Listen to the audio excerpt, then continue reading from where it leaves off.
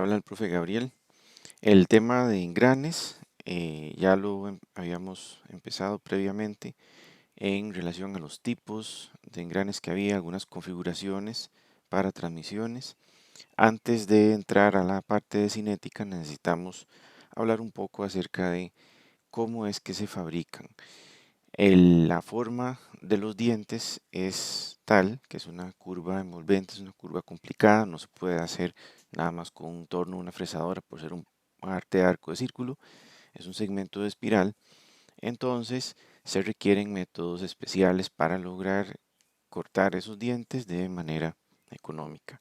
Eso quiere decir también que hay que pensar en exactamente qué métodos de manufactura son viables según los materiales que se quieran usar para ese caso. Los dientes encima son una pieza que están susceptibles a cargas repetidas, o sea, se van a fatigar, están susceptibles a golpes, a vibraciones, o sea, tiene todos los factores que tienden a acelerar su falla.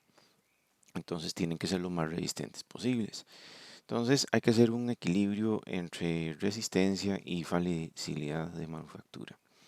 Por eso es que tenemos acá esa lista, está en orden aproximadamente en costo de manufactura, y por eso de primero están los aceros comunes. Entonces uno de preferencia usa un acero común porque va a ser un material barato en sí, va a ser más barato de maquinar.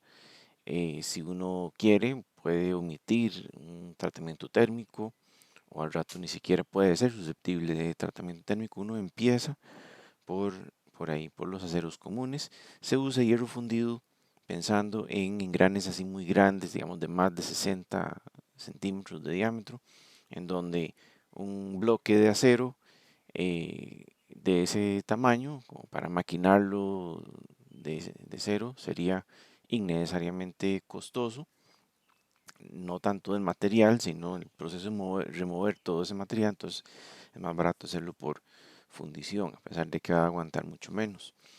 Si uno prueba hacer el diseño con un acero común y no hay solución posible, entonces hay que migrar a un material más resistente, un acero de aleación. Entonces usualmente son aceros de alta resistencia, aceros que están especialmente pensados para recibir un cementado, un tratamiento térmico o algo por el estilo. Puede ser que por un requerimiento que nada tiene que ver con la resistencia estén los aceros inoxidables, pero eso precisamente esos aceros no son muy resistentes, no se pueden comparar a un acero de aleación corriente. En cuanto a resistencia a la fatiga o fragilidad, son en eso muchísimo peores. La única ventaja de un inoxidable es precisamente eso, que es inoxidable. Entonces hay máquinas que requieren que sean construidos en acero inoxidable o puede ser que se necesite operar sin lubricante. Entonces ahí puede ser que se requiera. Entonces en ese caso se pueden usar los inoxidables de las series 3XX y 4XX, cualquiera de esas series. Los demás simplemente rinden peor que los de estas series. En caso de que esto no aguante o haya algo, alguna razón, por ejemplo, un asunto de peso o igual la ausencia de lubricante, entonces se pueden usar aluminios o latones. En el caso de cada quien, según lo que aparece ahí, los aluminios de aleación es si uno quiere bajar el peso del engrane, claro, el aluminio va a aguantar menos que el acero, entonces en ese sentido, pues seguramente los dientes van a tener que ser un poco más grandes y es un ejercicio de diseño, básicamente, determinar, bueno, si para una aplicación es mejor usar aluminio, aunque sea un engrane un poco más grande en comparación con el acero, a ver cuál de los dos sale más pesado. Como les decía, si se quiere usar algo libre de lubricante, por la razón que sea, se pueden usar los bronces o los latones, que entonces tienen baja fricción inherente al material, son como decir autolubricados en ese sentido. Y por último está las aleaciones de titanio, que son muy costosas de maquinar, el mismo material es muy caro también.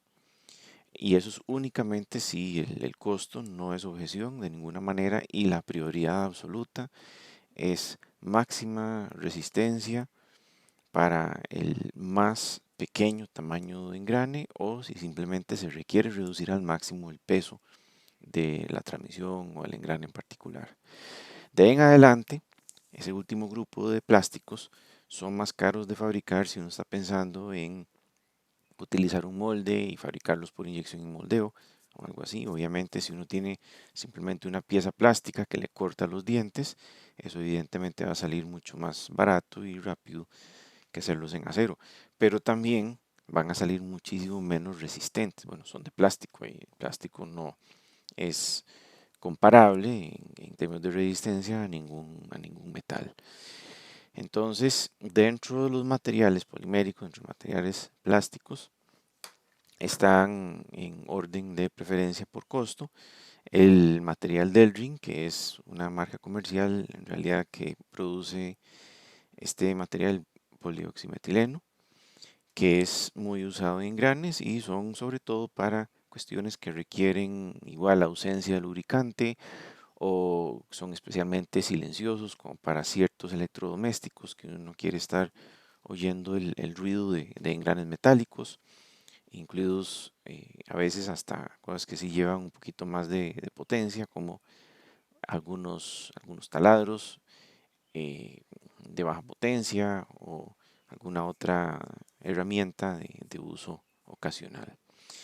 También un poquito más resistente, pero también un poco más frágil están las poliamidas o el nylon 66, em, que pues simplemente son una alternativa, tienen la ventaja de la mejor resistencia y que el maquinado, eso sí, hay que hacerlo un poco más despacio que el del ring. También es un poquito más costoso, pero no es que no se puede usar. Después tenemos el teflón, el polietileno, que es otra alternativa. De nuevo, es más caro que un nylon o un Delrin, pero de nuevo tiene la ventaja de que es autolubricante, no va a requerir tanto cuidado de evitar movimientos en dirección del desgaste, va a aguantar un poco más. Y por último están los engranes que se fabrican no solo de esa resina, sino son una matriz, vamos como decir un canvas ahí, una tela, una fibra tejida o una fibra amorfa que se pone en un molde y se impregna con alguna resina. Esa resina, una vez que cura, pues mantiene coherente esa matriz de esa fibra, que puede ser fibra de vidrio, fibra de carbono, alguna fibra natural. Y entonces tiene usualmente la ventaja del peso, que su peso es muy reducido para la resistencia que tiene. En cuanto a que si es comparable o no con engranes de acero, eso depende precisamente de la forma del tejido, del material que se usó para hacer el tejido. Y la otra ventaja que tienen es que como ellos van a ser especialmente frágiles, ese engrane va a ser el que se rompe. Entonces sirve bastante bien para ser el punto de falla para proteger el resto de la máquina o el resto de la transmisión. Sin embargo, esto se ve pues relativamente poco. El costo principal ahí es el de la manufactura. Es laborioso, es altamente manual y el engrane pues no deja de ser un engrane plástico que se va a abrasionar, se va a desgastar mucho más rápido que su equivalente en metal. Entonces, ese es el contexto. Ahora, ¿qué es lo que pasa con la parte que no necesita ser perfectamente precisa? Es la preforma. La preforma se puede fabricar por métodos de corte, de fundición y moldeo, de forja, extrusión, troquelado, que generan una forma más o menos cruda, una forma lista para cortarle los dientes, como esas dos figuras que parecen poleas al lado izquierdo, o bien si los dientes son suficientemente grandes, pues queda como una preforma, o sea, quedan unos dientes muy poco precisos, un poco más grandes lo que necesitan ser para que llegue ya la máquina precisa, la fresa, el generador de engranes o lo que sea, y afine los dientes, pero solo donde se ocupa, o sea, en el perfil de los dientes, y eventualmente lo otro que tiene que ser preciso, obviamente, es el centro por donde se introduce el eje de transmisión. Entonces, estos son procesos probablemente conocidos por ustedes de cursos anteriores, en el caso del bachillerato en ingeniería mecánica. Entonces, la fundición y moldeo, recuerden que pueden ser moldes de acero, pueden ser moldes de este material cerámico, eh, que tienen, ¿verdad?, cada uno su duración, sus propiedades. Pueden ser los moldes de arena, que es probablemente la más primitiva de la forma que se puede fabricar las preformas de los engranes, o los moldes de grafito, como el que ustedes ven ahí al lado derecho. Moldes de grafito son bastante más baratos que los moldes de cerámica, pero se pueden usar varias veces, ¿verdad? Contrario a un molde de arena que básicamente solo se puede usar una vez. Una vez que se chorrea el material, el acero, y se deja enfriar, pues al sacar las piezas, esa arena pues se desarma por completo, se rompe, y además probablemente ha sufrido ya algún daño, alguna cocción.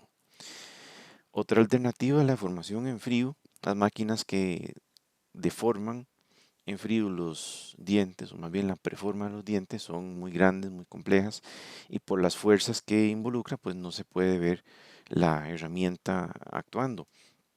Pero en este corte de una imagen de catálogo sí se ve como directamente la forma de la herramienta, donde ella va a estar avanzando en dirección del espacio entre dientes hasta ir, pues eso, deformando en frío el espacio entre dientes.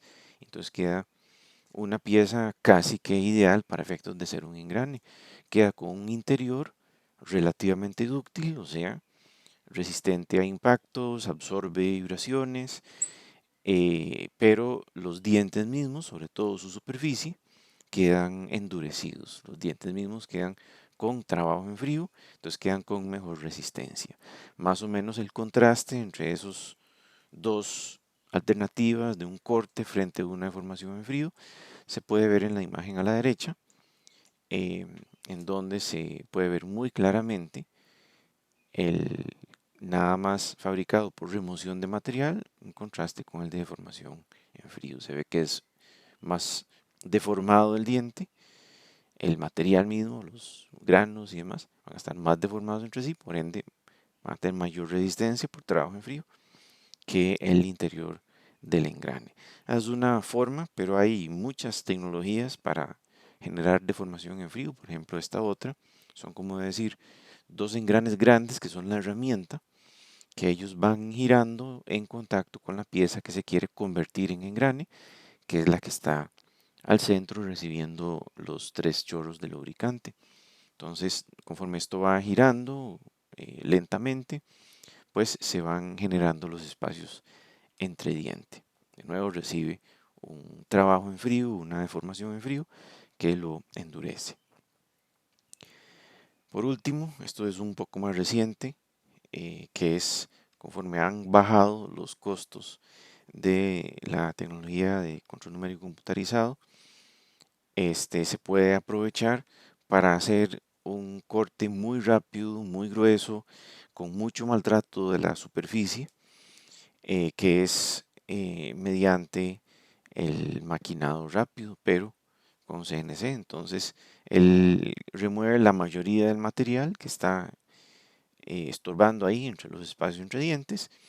Este, esta preforma es la que después se pasa a las máquinas que terminan de afinar el diente. Entonces, toda la idea es no gastar ni tiempo ni filo de la herramienta especial para lograr alta precisión en simplemente remover material que no importa si uno lo remueve con precisión o no. Precisamente así como escarbar todo lo que va a sobrar y dejar nada más como una capita pequeña para que ahí sí llegue la herramienta de corte fina, la más precisa, y se usen sus horas y el filo de la herramienta de corte fresca en ya afinar el diente. Entonces, cualquiera de estas estrategias requiere, una vez que se tenga la preforma, sea cual sea esa preforma, requiere ya el corte y eventualmente el acabado. Como van a ver, los métodos de corte y los métodos de acabado usan los mismos principios. Lo que cambia es la herramienta de corte. En un caso va a ser una cuchilla o una rueda dentada que remueve el material, y en el proceso de acabado va a ser una cuchilla o una rueda, pero de piedra de esmeril, o sea, se remueve mediante abrasión una cantidad muy pequeña de material porque es apenas para hacer el acabado final, para hacer el afinado final. Entonces, como se requiere remover muy poco material, pues, y se quiere un buen acabado, entonces se utilizan, como decir, piedras de afinado, pero usando las mismas técnicas que se usan para el corte. Y el corte mismo se puede dividir básicamente en tres estrategias, dos de ellas completamente mecánicas, que son conformación y generación, y otra que es ya mediante el control numérico, o sea, los servomotores ubican la herramienta de corte en la posición que necesitan estar, en la trayectoria requerida para generar el perfil de diente. Estas máquinas en general, ya sea las de acabado o las de corte, son máquinas muy grandes respecto del tamaño de las piezas que se están cortando. Como pueden ver acá, en morado está la rueda cortadora, que es pequeña respecto de toda la máquina, incluso es pequeña respecto del eje que la está haciendo girar, y el motor y la transmisión que lo está llevando. Igualmente, el engrane o la pieza que va a ser convertida en engrane estaría montada sobre ese pequeño tambor gris.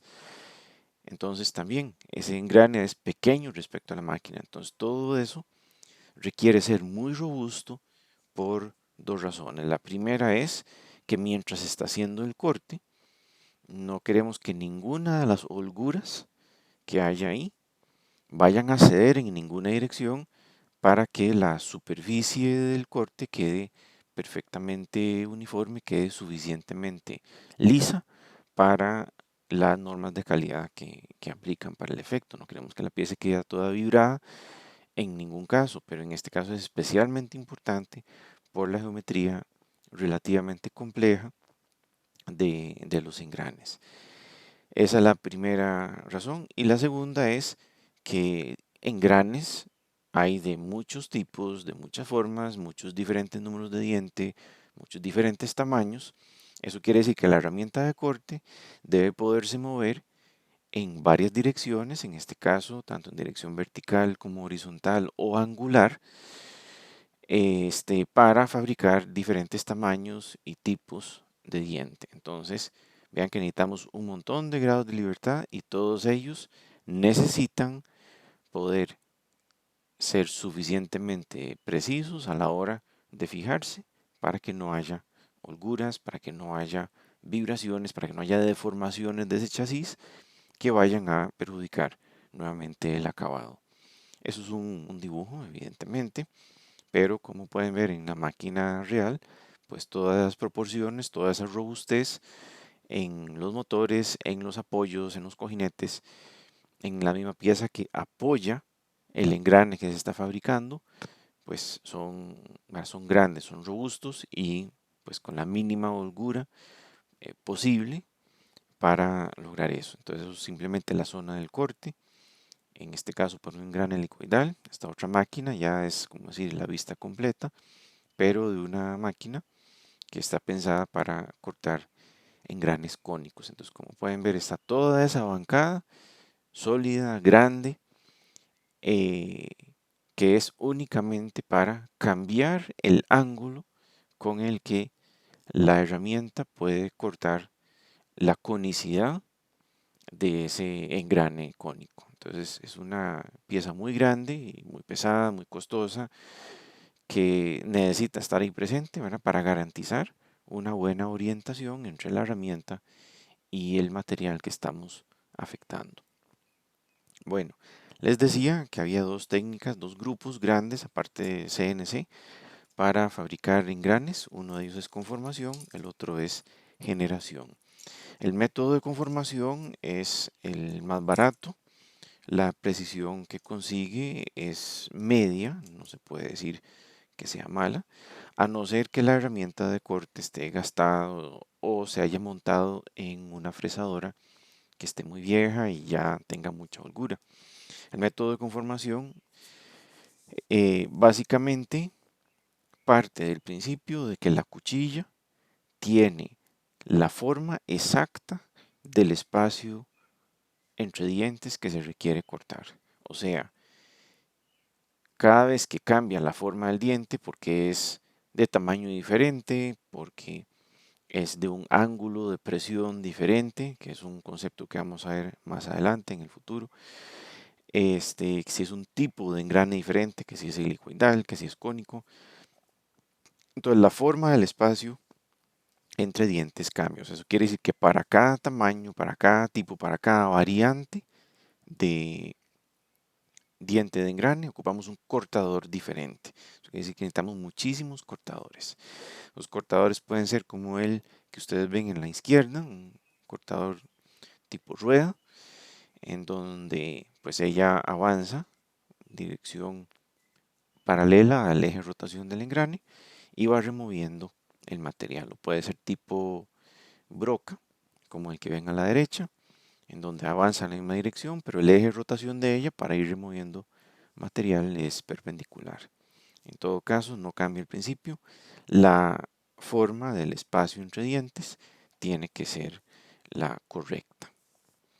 Como pueden ver en ese croquis, ahí está ya diciendo, vea, este cortador es el número 3, número 4, para cierto tamaño de diente, para cierto número de dientes, donde dice 35 a 54T, eso lo que está diciendo es que son forma adecuada del espacio entre dientes para 35, 36, 37, así hasta 54 dientes. Igual, eso es 4P, o sea, es un cortador para un engrane de paso diametral 4, que es el tamaño de diente, es la forma de denotar el tamaño de diente. Y está explicando, como esto es un croquis bastante antiguo, está explicando de una vez que esos son dientes de involuta, porque son de un momento en donde las curvas eran ya sea de envolvente o de epicicloide. El asunto con esto es que los engranes se cortan diente por diente. Eso quiere decir que cuando uno termina uno, necesita uno colocar el cortador en exactamente la posición precisa en donde empezaría el siguiente. No puede ser aproximado, no puede ser redondeado, tiene que ser exacto. De lo contrario, el error se va a ir acumulando y nos va a quedar el último diente o extremadamente grueso o demasiado delgado. Y en todo caso metería una imprecisión inaceptable en la transmisión. Para eso se requiere entonces un mecanismo divisor que se llama, que es una pieza, un mecanismo que se monta en la fresadora. Entonces ahí en color negro lo que pueden ver es la pieza que se va a convertir en engrane. Detrás de eso, más o menos se ve medio escondido la fresadora, o sea, el eje de rotación del cortador mismo, o sea, la cuchilla de corte esa que está rotando ahí. Y este mecanismo, ojo, está montado fijo, tal que la pieza que quiero convertir en engrane puede rotar alrededor de ese eje horizontal. Esa es la rotación que necesitamos lograr con un ángulo muy preciso. Entonces, este mecanismo divisor lo que es una transmisión pero una transmisión de precisión. No está pensada para transmitir potencia, sino es para transmitir movimiento y con mucha precisión. Más o menos funciona de la siguiente manera. Imagínense que es una transmisión tipo tornillo-rueda que por cada 100 vueltas que dé el eje de entrada, que es el que ustedes ven ahí a la izquierda con esa manigueta, entonces el de salida, que es en el que está montado el engrane, dé una vuelta. O sea, es una relación de transmisión de 1 es a 100. Entonces, eso quiere decir que si yo le doy una vuelta al eje de entrada manualmente, entonces ese eje de salida donde está montado el engrane va a moverse 360 entre 100, o sea, 3.6 grados. Entonces, como pueden ver, esa proporción nos permite lograr movimientos muy precisos. Claro, eso es para ese ejemplo, ¿verdad? Como si ese divisor tuviera una relación de transmisión 1 es a 100. Y eso es, ese 3.6 grados es solo pensando en si le doy una vuelta completa. Claro, a esa manigueta yo podría darle una fracción de vuelta, no necesariamente una vuelta completa.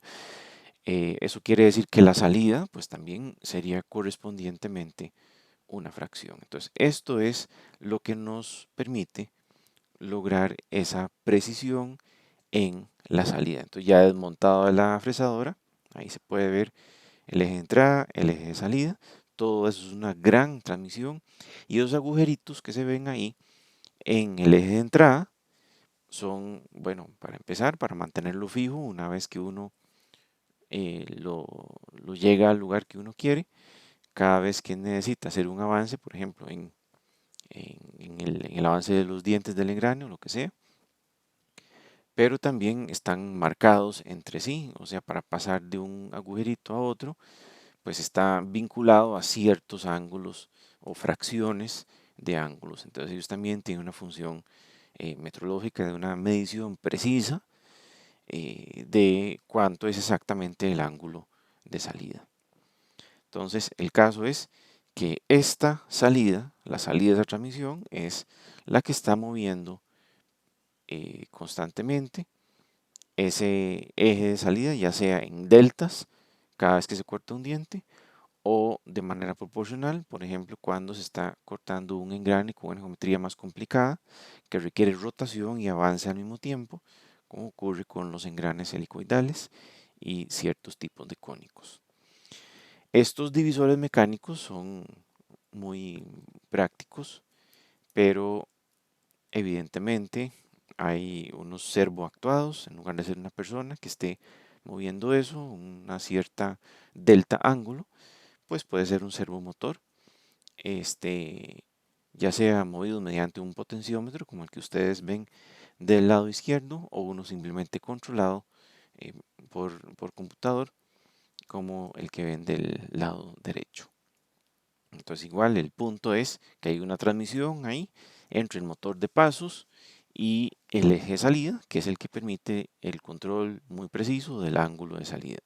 Estos divisores obviamente no son solo para fabricar engranes, es para cualquier cosa que requiramos hacer avances discretos de el ángulo en el que está una pieza o la posición en la que está una pieza o un eje o lo que sea. Volviendo a las fresadoras, ustedes vieron en el croquis de la última fresa de corte de estas eh, que era el cortador número 3. El cortador número 3 era el que servía para 35, 36, 37 y hasta 54 dientes. Entonces, ¿de dónde viene esto? Les decía al principio que con cambiar el número de dientes, con cambiar el tamaño de diente, con hacer un diferente tipo de engrane o diferente ángulo de presión, se ocupaba un cortador diferente porque la forma del diente cambiaba un poquito.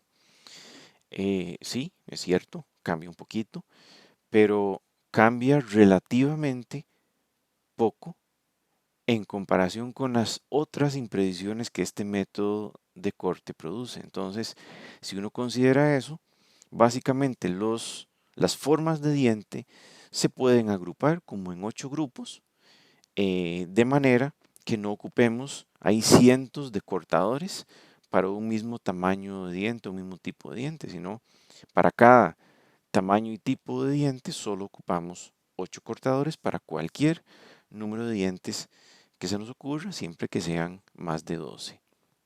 Entonces, esa agrupación corresponde como ustedes ven ahí. Si son muy poquitos dientes, 12 o 13 dientes, el perfil del diente es muy curvo, como el que pueden ver en la imagen de la derecha, está rotulado número 8, y conforme son más y más dientes, ese perfil va cambiando cada vez menos, hasta llegar, por ejemplo, al perfil número 2, que lo que nos está diciendo es, básicamente, si su engrane tiene más de 55 dientes o menos de 134, la forma del diente no cambia mucho. Es ese perfil número 2, digamos, es un perfil muy recto, eh, casi tan recto como una línea perfectamente recta, que es el perfil número 1, que es para 135 dientes en adelante, 240, 500 o infinitos dientes, ¿verdad? Lo que corresponde a una cremallera. Una cremallera es como decir un engrane, pero de radio infinito y por ende número de dientes infinitos.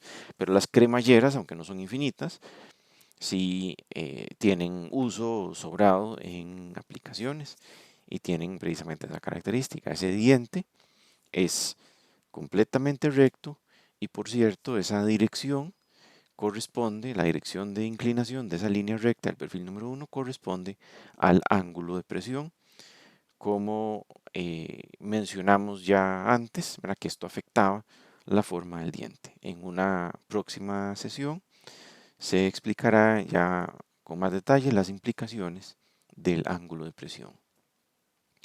Por el momento estamos con los métodos de corte. Entonces, como pueden ver, una rueda de corte de estas tiene primero su tamaño, ahí 10 dp, quiere decir que es del sistema inglés, paso diametral 10 dientes por pulgada. Después nos dice que este es el cortador número 4, lo que corresponde a 26,74 dientes. Después nos dice que es del sistema de 14,5 grados de ángulo de presión, ese PA es ángulo de presión, pressure angle. Y por último dan los datos del diámetro interior de la fresa, el material del que está hecho la herramienta, el HS, y las siglas del fabricante de esa herramienta de corte, en este caso TEC. Muy bien, eso sería un juego completo de fresas de corte, a los 8. Vean que esto es un juego para un ángulo de presión de 20 grados, que es lo que aparece por ahí en la estampa que tiene, y para tamaño, pero en el sistema métrico, en el tamaño de módulo, donde dice M0.5, se refiere a que esto es para cortar dientes con módulo 0.5 milímetros por diente. Es tentador a ratos, sobre todo para técnicos que son muy hábiles en fabricar soluciones artesanales, en caso de que uno no tenga el cortador disponible para fabricar un cierto engrane, es tentador pues aplicar esta técnica, que es agarrar una cuchilla de torno, una cuchilla para torno y limarla para que encaje aparentemente perfecto entre el espacio entre dientes del engrane en el que se quiere fabricar un repuesto. Entonces digo aparente porque al fin y al cabo es algo eh, completamente visual, es algo que depende de la habilidad de la persona y encima están usando un engrane que probablemente está dañado porque por algo se está tratando de fabricar el repuesto. Entonces, ya de entrada, eso es una mala idea por el asunto de previsión, pero a veces lo hacen. Entonces, cuando hacen esto, pegan esa cuchilla a un trozo de tubo o algún otro componente mecánico viejo y eso se lo pegan a la fresadora como si fuera una fresa de corte. Entonces, evidentemente esto daña muchísimo el material, no solo no es preciso el diente, sino que daña muchísimo el material y como que lo prefatiga. No me refiero al material de la cuchilla, sino estoy hablando del material que va a convertirse en engrane. La cuchilla obviamente va a perder el filo muy rápidamente, y como el material está dañado y seguramente no van a quedar precisos los dientes, si esto se pone a trabajar, se fatiga rápido y encima las vibraciones y los golpes van a afectar al engrane compañero y probablemente también vayan a terminar despedazando o reduciendo la vida útil a los cojinetes de ese engrane y de su engrane compañero. Entonces, en esencia, esto es mejor no hacerlo del todo. No es una recomendación, es prácticamente no lo haga a no ser que sea una situación de absoluta emergencia. Esto podía justificarse antes cuando conseguir un repuesto duraba semanas o meses. Ahora no, ahora uno puede comprar una fresa de corte en cuestión de 24 horas si lo necesita, se lo pueden enviar a China, se lo pueden enviar de Estados Unidos, de Sudamérica, de Alemania. El asunto es, obviamente, que hay un costo involucrado ahí, pero en comparación con el ahorro en problemas y en componentes que hay que cambiar después, ese costo probablemente será despreciable. Unos cuantos gramos de metal no cuesta tanto traerlo en 24 horas por DHL ahí del centro de Estados Unidos, por ejemplo. Esto es conformación, o sea, la cuchilla tiene la forma del espacio entre dientes. El método de generación se usa para engranes que son mucho más precisos, o que se necesita que sean mucho más precisos, y consiste en que la herramienta y la pieza que queremos convertir en engrane tienen un movimiento relativo tal que generan solita la envolvente. O sea, la herramienta de corte, son como decir esos 4 dientes que ustedes pueden ver en ese elemento que viene vertical, esos 4 dientes tienen un perfil recto. Esa es la herramienta de corte. Entonces un perfil recto es fácil de mantener, es fácil de afilar, es sencillo comprobarlo. En suma, es mejor en ese sentido. El método por generación es perjudicial en la parte de costo. Estas máquinas, como requieren unas transmisiones muy complejas, tienen el inconveniente de que son muy costosas. Se puede usar para fabricar engranes internos, para fabricar engranes externos, siempre partiendo del mismo principio.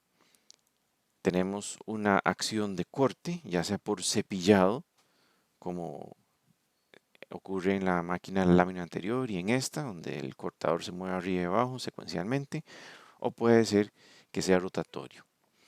El caso es que la herramienta de corte, como la que ustedes pueden ver por acá, son perfiles rectos y por ende la facilidad de afilar, de mantener la calidad y demás.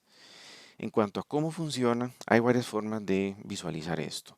Les recomiendo que ustedes busquen otras referencias en animaciones, en videos, en que pueden encontrar en línea para ver estas máquinas trabajando, para pescar intuitivamente bien qué es lo que está pasando.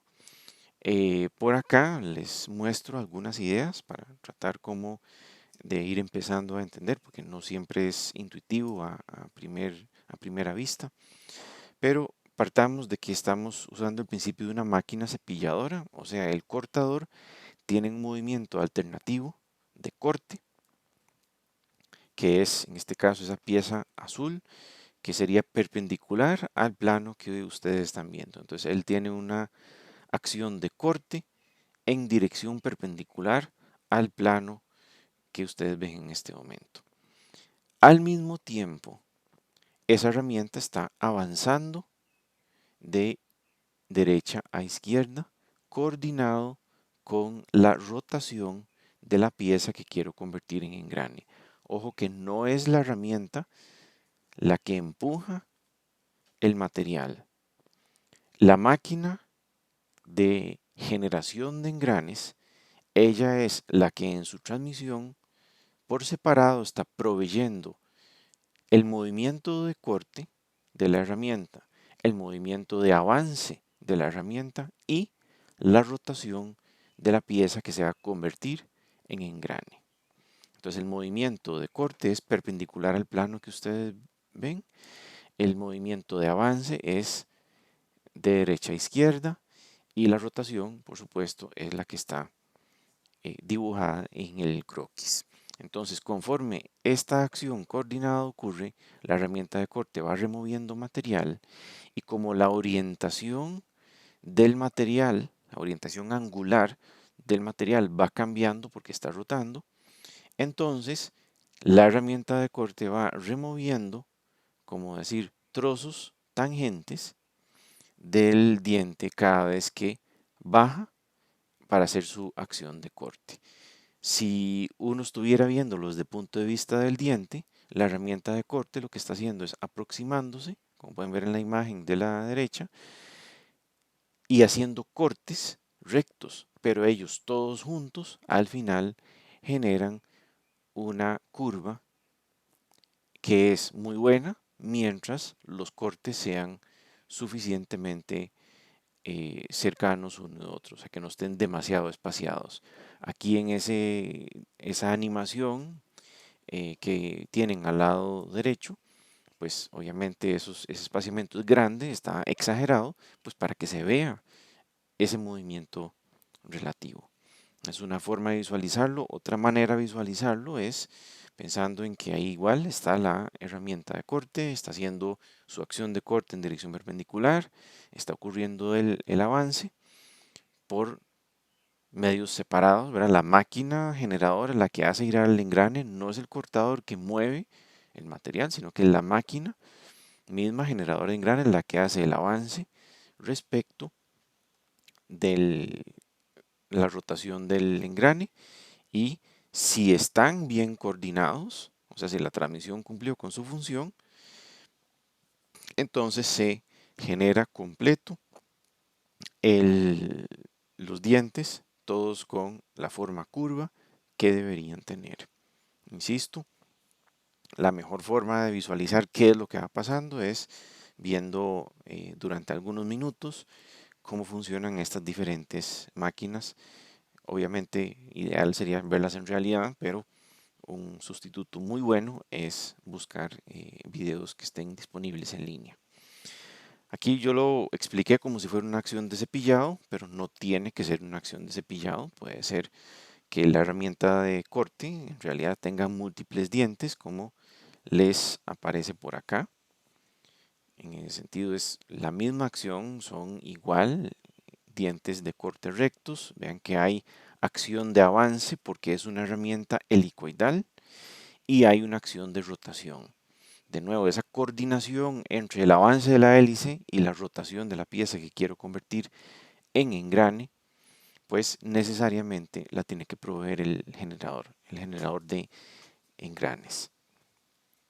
Esto es otro punto de vista, digamos, del movimiento relativo de la herramienta de corte respecto del material del engrane, como si uno estuviera fijo en el engrane y estuviera viendo la herramienta moverse alrededor. Entonces, como pueden ver, para los perfiles rectos son los que van recortando no solo el perfil correcto de dientes, sino de una vez el espacio que deben tener, el espacio correcto, la forma correcta que debe tener esa oquedad, esa socavación entre bases de diente. Vean que ahí está como vaciado, el diente se vuelve de angosto a grueso y después angosto otra vez. Entonces esa parte extra angosta cerca a la base del diente la genera correctamente el cortador.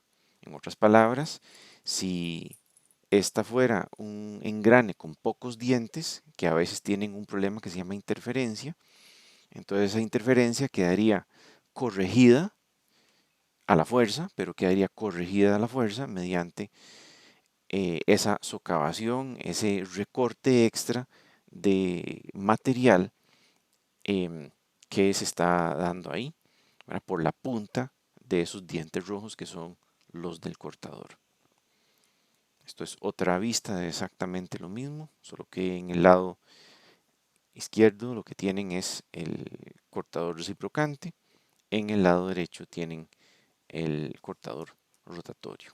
Pero la acción de avance, la acción de rotación, igual tiene que ocurrir en máquinas antiguas como estas o en máquinas más modernas como la que aparece por acá. Vean que siempre hay ese grado de libertad del cortador en dirección tangencial al círculo del engrane, ¿verdad? Para que ese avance coordinado ocurra. Esta máquina además tiene otra característica interesante, que es que tiene el cortador fino, que es el que está en nituro de boro cúbico, el que es dorado, y el cortador grueso, que no es preciso, es el que está en negro, que es simplemente como para remover una primera parte gruesa del material. Por ejemplo, si eso fuera un disco completo de acero, entonces se remueve de manera rápida y gruesa y poco precisa una buena parte del material como a manera de preparar una preforma, y después entra la parte digamos con la cuchilla dorada, que ya afina bien la forma como tiene que ser.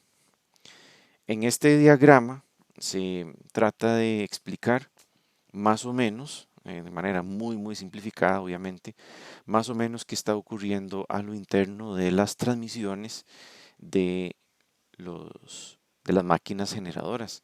Vean que tenemos representando el material que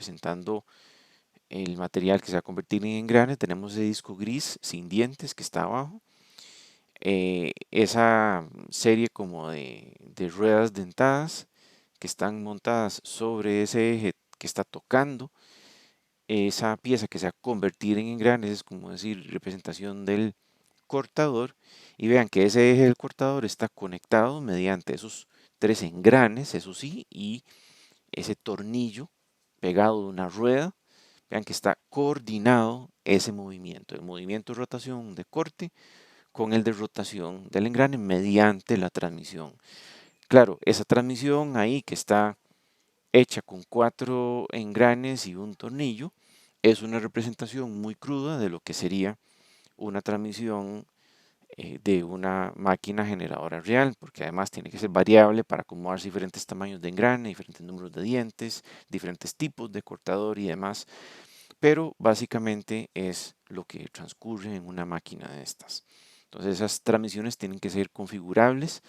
De nuevo, está representado acá como unos engranes que podrían intercambiarse de una u otra manera, cambiar los números de dientes. A veces se logra mecánicamente, a veces se hace por medios servomotores, eso ya depende de la generación de la tecnología de la máquina generadora. El asunto es que se requiere esa transmisión para lograr ese movimiento coordinado entre el cortador, el avance del cortador y la rotación del material que se va a convertir en un engrane. Estas son imágenes también nuevamente de cortadores, los acabados y endurecimiento superficial convencional.